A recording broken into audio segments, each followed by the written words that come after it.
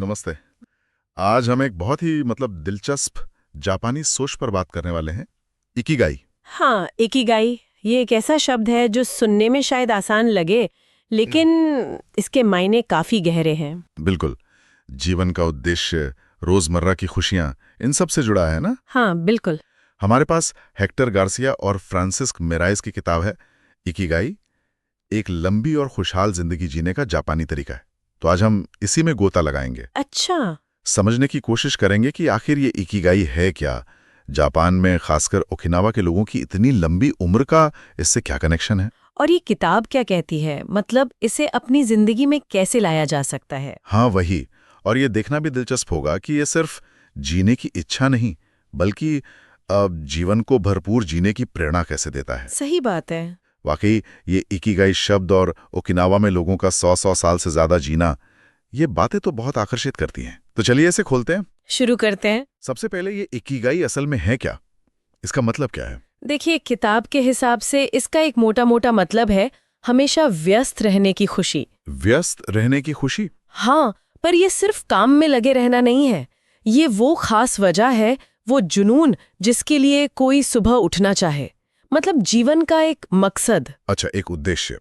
और ये सोच जो पश्चिमी दुनिया में रिटायरमेंट का कॉन्सेप्ट है, उससे कितनी अलग है। हाँ बिल्कुल। किताब तो कहती है कि जापानी भाषा में ऐसा कोई शब्द ही नहीं है जिसका सीधा मतलब हो पूरी तरह काम छोड़कर बैठ जाना। सच में कोई शब्द ही नहीं। हाँ, मतलब उस तरह से नहीं जैसे पश्चिम में समझा जाता है।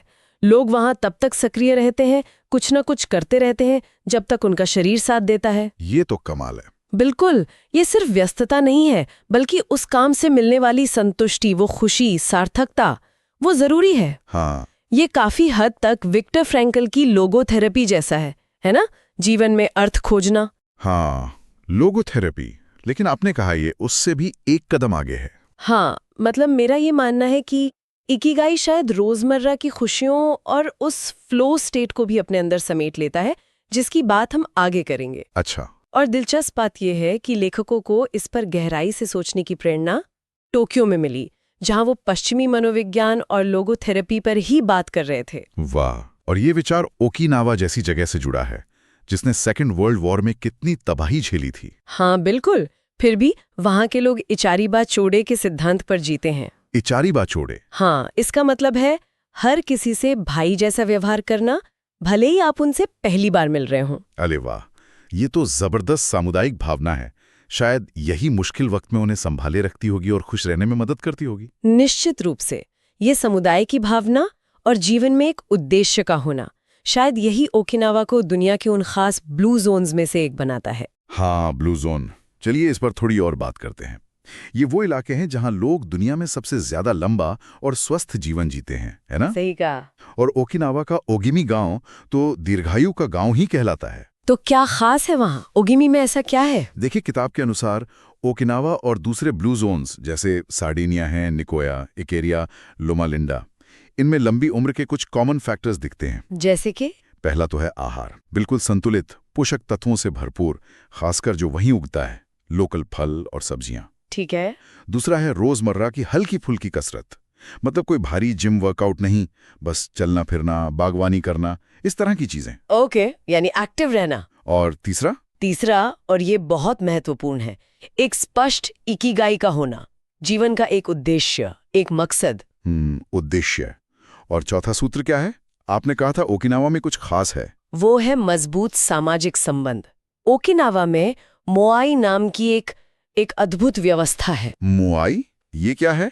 ये दोस्तों के छोटे छोटे ग्रुप्स होते हैं, अनौपचारिक, और ये लोग दशकों तक, मतलब पूरी जिंदगी साथ रहते हैं। पूरी जिंदगी? हाँ, ये ना सिर्फ एक दूसरे को इमोशनल सपोर्ट देते हैं, बल्कि जरूरत पड़ने पर पैसों से भी मदद करते हैं। अरे, ये तो एक तरह का सोशल सिक्योरिटी सिस्टम हो गया जो समुदाय ने खुद बनाया है। बिल्कुल सही। ये सिर्फ दोस्ती नहीं, ये एक तरह का सामुदायिक बीमा है जो सदियों से चला आ रहा है। मुश्किल वक्त में किसानों ने शुरू किया था मिलकर फसल बांटने और मदद करने के लिए। ये मोआई का विचार तो आज के जमाने के लिए कितना जरूरी लगता है, जहां लोग इतने अकेले होते जा रहे हैं। हाँ बिल्कुल, और ये सब चीजें अच्छा खाना, हिलते डुलते रहना, जीवन में मकसद होना और लोगों से जुड़े रहना, ये सभी ब्लू जोन्स में किसी न किसी रूप में मिलती ही हैं। लेखकों ने ओगिमी में जो अनुभव किया, वहाँ लोगों की गहरी दोस्ती, उनकी वो खास बोली, प्रकृति से जुड़ा उनका विश्वास, जिसमें वो जंगल के प्रेतों बुनागाया की बात करते हैं, ये सब मिलकर वहाँ जीवन को एक अलग ही रंगत देते हैं। तो ये तो हुई ओकिनावा की बात, बड़ा दिलचस्प है। अब सवाल ये है कि कोई अपना इकिगाई कैसे खोजे, मतलब हम अपनी रोजमर्रा की जिंदगी में इसे कैसे उतारें? हाँ, ये अहम सवाल है और यहाँ शायद विक्टर फ्रैंकल की लोगोथेरेपी फिर से काम आती है। हाँ, वो अर्थ खोजने वाली बात। बिल्कुल। फ्रैंकल का मानना था कि जीवन में अर्थ खोजना इंसान की सबसे बड़ी जरूरत है। उनका वो कंसंट्रेशन कैंप वाला अनुभव, हाँ, ऑशविट्स का। हाँ, उसने उन्हें सिखाया कि सबसे मुश्किल हालात में भी इंसान के पास एक आज़ादी हमेशा रहती है। कौन सी आज़ादी? अपना नजरिया चुनने की आज़ादी, अपने हालात पर आप कैसे रिएक्ट करते हैं ये चुनने की आज़ादी।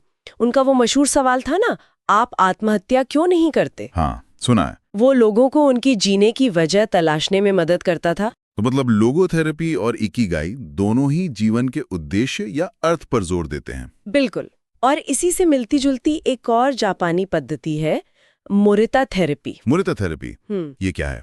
ये शोमा मोरिता ने शुरू की थी।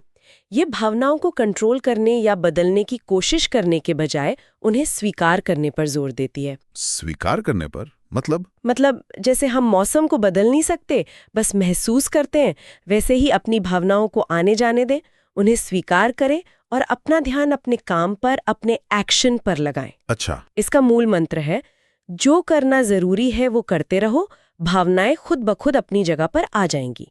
कर्म पर ध्यान दो। ये तो काफी प्रैक्टिकल लगता है। हाँ, इसके 4 चरण भी बताए गए हैं।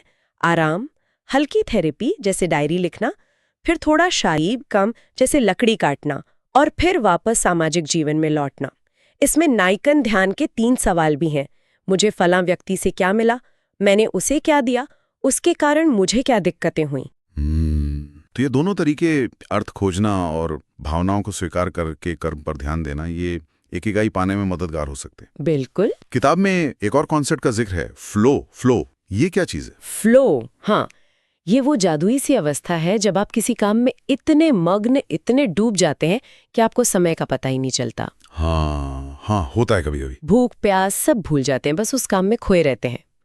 मिहाई चिक्सेंटमिहाई ने इस पर बहुत काम किया है। तो ये कब होता है, कैसे आता है ये फ्लो? ये तब होता है जब चुनौती और आपकी क्षमता के बीच एक सही संतुलन हो।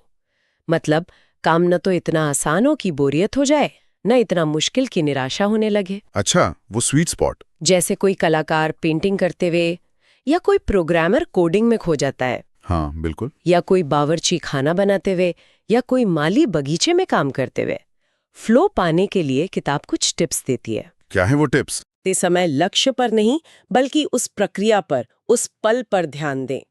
प्रक्रिया पर ध्यान। हाँ, जैसे ओलंपिक एथलीट पदक के बारे में सोचने की बजाय उस एक शॉट या उस एक मूव पर फोकस करता है। और सबसे जरूरी, एक समय में एक ही काम करें, मल्टीटास्किंग से बचें। ओह, ये तो आज के जमाने में सबसे मुश्किल है। सब एक साथ कई काम करना चाहते हैं। हाँ, लेकिन स्टैनफोर्ड यूनिवर्सिटी की स्टडीज हैं जो बताती हैं कि मल्टीटास्किंग असल में काम की क्वालिटी और स्पीड दोनों को कम करती है। तो फोकस कैसे करें? ध्यान भटकाने वाली चीजों से बचें, फोन दूर रखें, शांत माहौल बनाएं। पोमोडोरो तकनीक आजमा सकते हैं, 25 मिनट काम, 5 मिनट ब्रेक। अच्छा, वो टाइमर लगाकर। हाँ, मिलते जुलते कामों को एक साथ निपटाएं। किताब में माइक्रोफ्लो का भी जिक्र था, वो क्या है? रोज के छोटे कामों में फ्लो? बिल्कुल, ये बहुत अच्छी बात है। मतलब फ्लो सिर्फ बड़े या क्रिएटिव कामों के लिए नहीं है, आप रोज के साधारण कामों में भी फ्लो पा सकते हैं। जैसे बिल गेट्स का बर्तन धोना या रिचर्ड फेनमन का ऑफिस की दीवारें पेंट करना। आप बर्तन धोने या सब्जी काटने जैसे काम में भी पूरा ध्यान लगाकर उसे कुशलता से करके फ्लो महसूस कर सकते हैं। वाह! जापान के तकुमी यानी कुशल कारीगर इसका बेहतरीन उदाहरण है। वो अपने काम को पूरी लगन, पूरे ध्यान से करते हैं, चाहे वो सुशी बनाना हो या मिट्टी के बर्तन गढ़ना या एनिमेशन बनाना, जैसे हायाओ मियाज़ाकी। हाँ, वो अपने काम में पूरी तरह डूबे रहते हैं। वही उनका इकिगाई है। तो मतलब इकिगाई खोजने के लिए उद्देश्य चाहिए, फ्लो चाहिए, और सही मानसिक रवैया चाहिए। लेकिन लंबी उम्र के लिए शरीर का साथ भी तो जरूरी है। हाँ, बिल्कुल जरूरी है। किताब में ओकिनावा के लोगों की कुछ और आदतों का जिक्र है, जैसे वो हारा हाची बू। ये क्या है? हारा हाची बू, ये एक पुरानी जापानी कहावत है। इसका मतलब है पेट 80% भरने तक ही खाओ, मतलब ठूस कर मत खाओ, थोड़ी गुंजाइश रखो। अच्छा, 80% रूल। क्यों करते हैं ऐसा? माना जाता है कि ये पाचन तंत्र को आराम देता है और शायद उम्र बढ़ने की प्रक्रिया को भी धीमा करता है। कैलोरीज सीमित रखने के फायदे भी बताए गए हैं। हाँ, और ओकिनावा में वैसे भी छोटी प्लेटों में खाने का चलन है, तो शायद कम खाने में मदद मिलती होगी। हाँ बिल्कुल, उनकी औसत कैलोरी खपत भी अमेरिका जैसे देशों से काफी कम है। और उनकी डाइट, उसमें क्या खास है?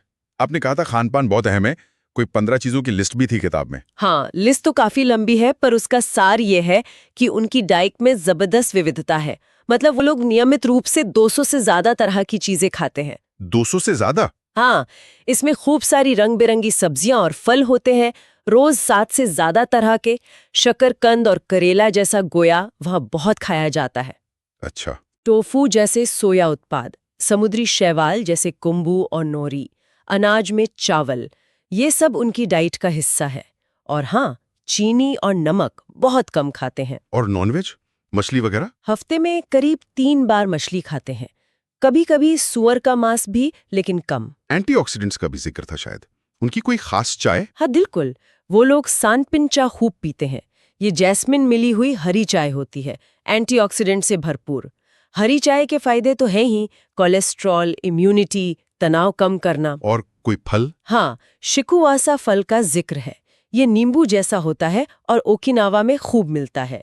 इसमें नोबिलिटिन नाम का एक बहुत शक्तिशाली एंटीऑक्सीडेंट होता है।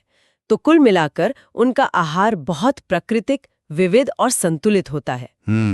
तो आहार हो गया, हल्की कसरत हो गई, उद्देश्य हो गया, सामाजिक जुड़ाव हो गया, और क्या है लंबी उम्र के लिए? कई चीजें हैं जो आपस में जुड़ी हुई हैं। एक है दिमाग को सक्रिय रखना, मेंटल एक्टिविटी। हाँ, नई चीजें सीखना, दिमागी कसरत करते रहना बहुत जरूरी है।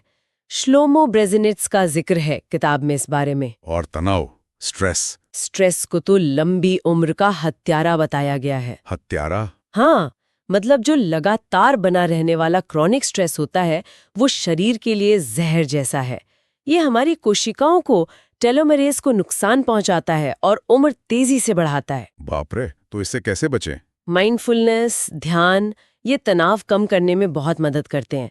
हालांकि किताब ये भी कहती है कि हार्वर्ड फ्रीडमैन की स्टडी के अनुसार थोड़ा बहुत तनाव या चैलेंज शायद बुरा ना हो, ये हमें एक्टिव रखता है। अच्छा, मतलब बिल्कुल तनाव मुक्त भी नहीं होना है? शायद नहीं, एक बैलेंस चाहिए। और एक और चीज जिससे बचना है, वो है लगातार बैठे रहना। Sedentary lifestyle? हाँ, उसके नुकसान बहुत हैं। ओकिनावा के लोग लगातार चलते फिरते रहते हैं, बागवानी करते हैं।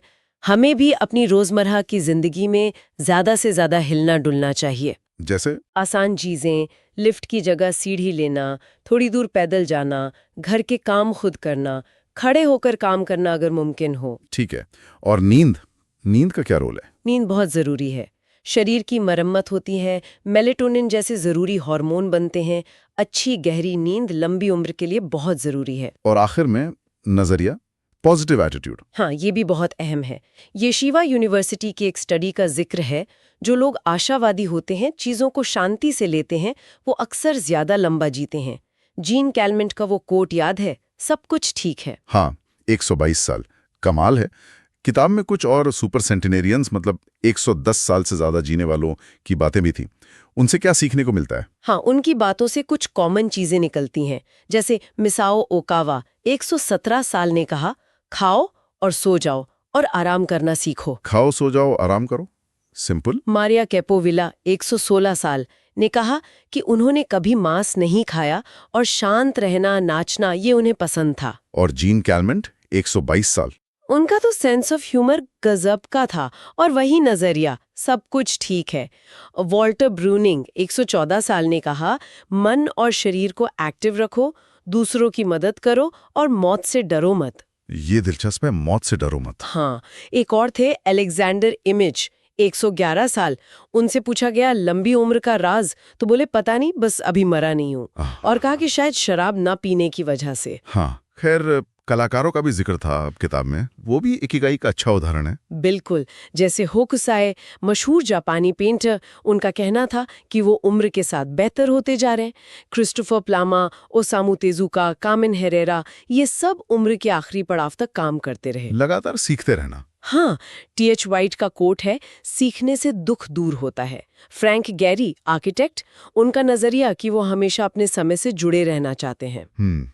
और ओगेमी गांव की वो शतायु महिला का गीत? हाँ, वो भी बहुत प्यारा है। स्वस्थ आदतें, मौसम का आनंद लेना, उंगलियों को व्यस्त रखना बागवानी वगैरह में, और ओगिमी की वो घोषणा। कौन सी? 80 साल की उम्र में मैं अभी भी बच्चा हूँ। 90 में जब पूर्वज बुलाएं तो कहना अभी रुको, 100 तक इंतजार करो।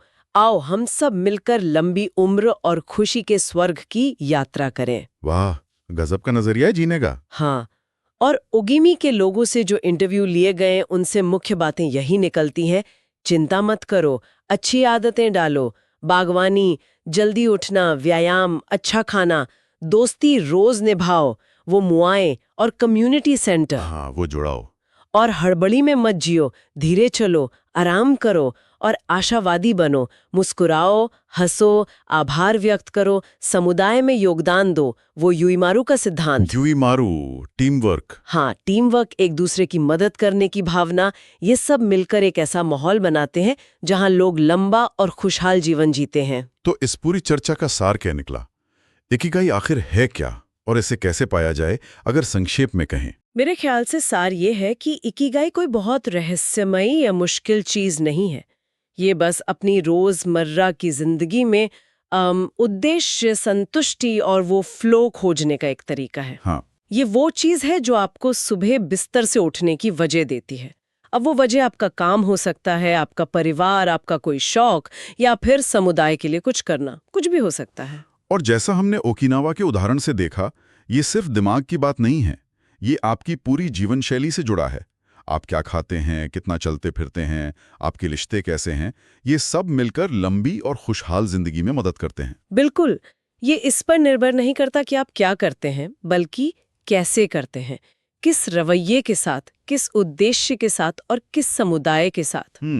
और इकिगाई खोजना कोई एक दिन का काम नहीं है, ये एक सफर है, एक खोज है, खुद को समझना, नई चीजें ट्राई करने और लगातार सीखते रहने की प्रक्रिया है। सही कहा। ये किताब हमें दिखाती है कि आहार, गतिविधि, समुदाय, तनाव का प्रबंधन और उद्देश्य, ये सब पहेली के अलग अलग टुकड़े हैं जो जुड़कर एक सार्थक, एक खुशहाल जिंदगी की तस्वीर बनाते हैं।